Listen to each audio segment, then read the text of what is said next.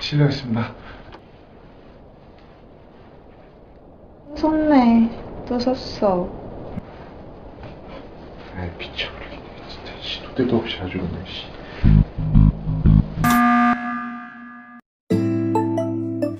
Hey dan halo semuanya, kembali lagi di channel ini tentunya untuk menonton alur film mantap. Kali ini saya akan menceritakan sebuah film Korea yang berjudul. Oke, tanpa basa-basi, langsung saja kita tonton videonya.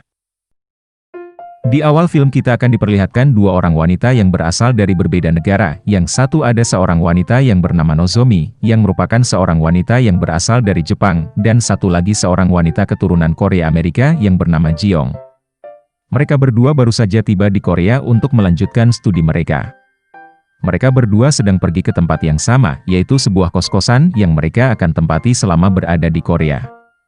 Bertemulah mereka dengan si pemilik kos yang bernama Jeng Ho, lalu Jeng Ho menjelaskan apa saja aturan-aturan yang ada di kos-kosannya. Saat sedang memberitahu peraturan kos, Jeng Ho tiba-tiba berfantasi liar setelah melihat bodi aduhai dari Nozomi. Karena sudah tidak konsen lagi, ia meminta temannya yang bernama Hyun-soo untuk melanjutkan penjelasannya tadi kepada Jiyoung. Namun ternyata, Hyun-soo juga tidak bisa berkonsentrasi melihat kecantikan Jiyoung, dan ia justru memiliki fantasi yang lebih liar dari temannya, yang membuat Johnny-nya langsung berdiri. Singkat cerita, setelah Nozomi dan Jiyoung sudah mendapatkan kamarnya masing-masing, Hyun-soo datang ke kamar Jiyoung untuk menanyakan apakah ada keperluan lain yang ingin ia minta. Namun setelah ia sampai di kamar Jiyoung, Hyun-soo malah gagal fokus dengan pakaian yang dipakai Jiyoung, hingga Johnny-nya kembali dibuat tegang. Melihat hal itu, Jiyoung malah jahil, dengan semakin menggoda Hyun-soo dengan sedikit membuka bajunya. Karena tidak kuat dengan godaan yang didapat dari Jiyoung, Hyun-soo lalu cepat-cepat keluar dari kamar Jiyoung, kemudian ia ditarik masuk ke kamar Nozomi oleh Nozomi. Nozomi meminta tolong kepada Hyun-soo untuk membetulkan lampu di kamarnya. Lagi-lagi, Hyun-soo mendapatkan godaan berat dari Nozomi, karena saat itu Nozomi menggunakan baju yang sedikit terbuka, yang membuat Johnny Hyun-soo on lagi. Hal tersebut membuatnya gugup hingga akhirnya ia terjatuh dari tangga, dan secara tak sengaja ia menyentuh gunung kembar Nozomi.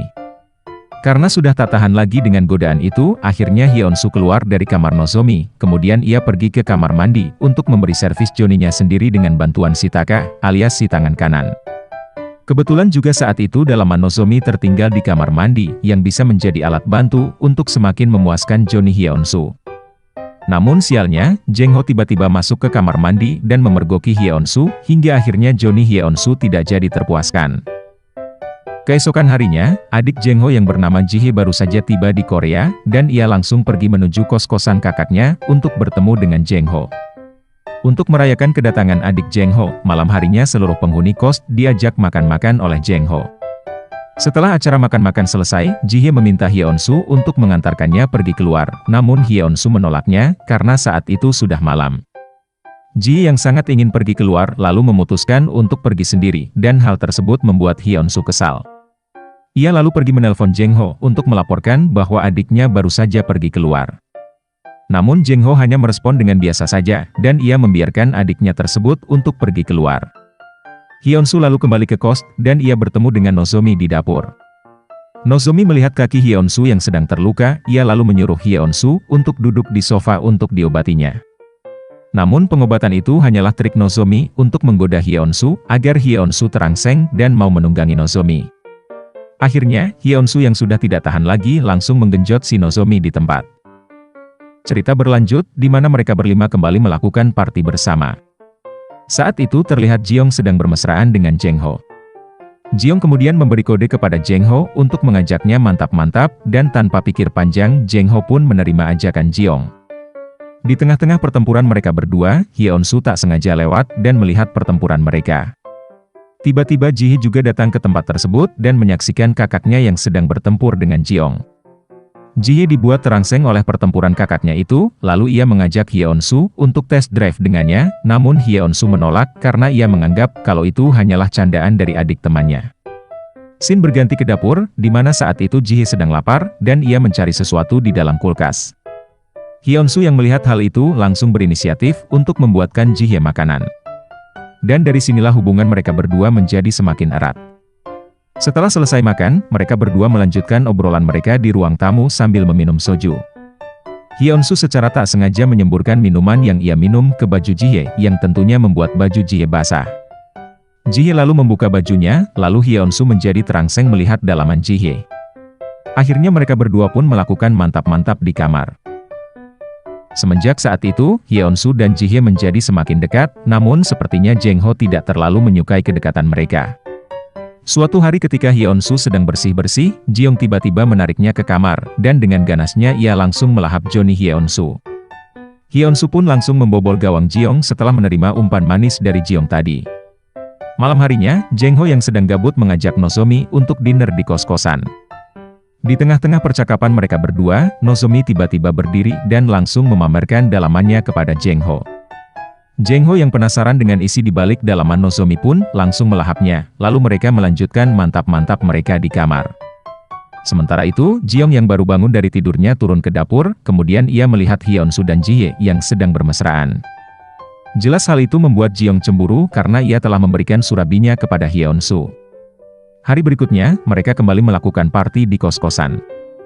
Saat itu Ji-hye yang kesal dengan Ji-young mengacungkan jari tengahnya kepada Hyun-soo.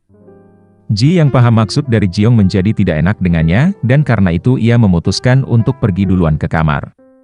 Saat melewati Hyun-soo, Ji-hye memberikan kode kepada Hyun-soo dengan menyenggol kaki Hyun-soo. Hyun-soo yang langsung paham dengan kode tersebut, lalu beralibi untuk meninggalkan party kali itu. Namun Jang-ho menyadari kalau mereka berdua memiliki misi mantap-mantap di kamar. Akhirnya Jang-ho pergi ke kamar adiknya, dan ia memergoki Hyun-soo dan adiknya yang sedang menuju proses mantap-mantap. Hal itu membuat Jang-ho sangat kesal dengan Hyun-soo, ia kemudian menghajar Hyun-soo habis-habisan, dan menyuruh Hyun-soo untuk keluar dari kos-kosannya. Ji-hye menjadi kesal dengan sikap kakaknya kepada Hyun-soo, karena ia terlalu mencampuri urusan asmaranya, dan ia juga terlalu tega dengan temannya sendiri. Malam harinya, Jang-ho mungkin masih terngiang-ngiang dengan perkataan adiknya. Ia sepertinya menyadari bahwa apa yang ia lakukan kepada Hyun-soo adalah suatu kesalahan besar. Singkat cerita, Hyun-soo yang telah diusir dari kos-kosan Jang-ho sudah berkemas untuk keluar dari kos-kosan itu. Namun, Jang-ho melarangnya untuk pergi dan menyuruh Hyun-soo untuk tetap tinggal di kos-kosannya. Ia lalu meminta maaf kepada Hyun-soo atas perbuatannya kemarin. Di akhir film, diperlihatkan bahwa Jang-ho dan Hyun-soo sudah kembali berbaikan, dan Jang-ho membiarkan adiknya untuk berpacaran dengan Hyun-soo. Film pun ditutup dengan adegan mantap-mantap antara Hyun-soo dan Ji-hye. Oke, itu tadi alur film kali ini, terima kasih sudah menonton video ini, sampai jumpa di alur film selanjutnya.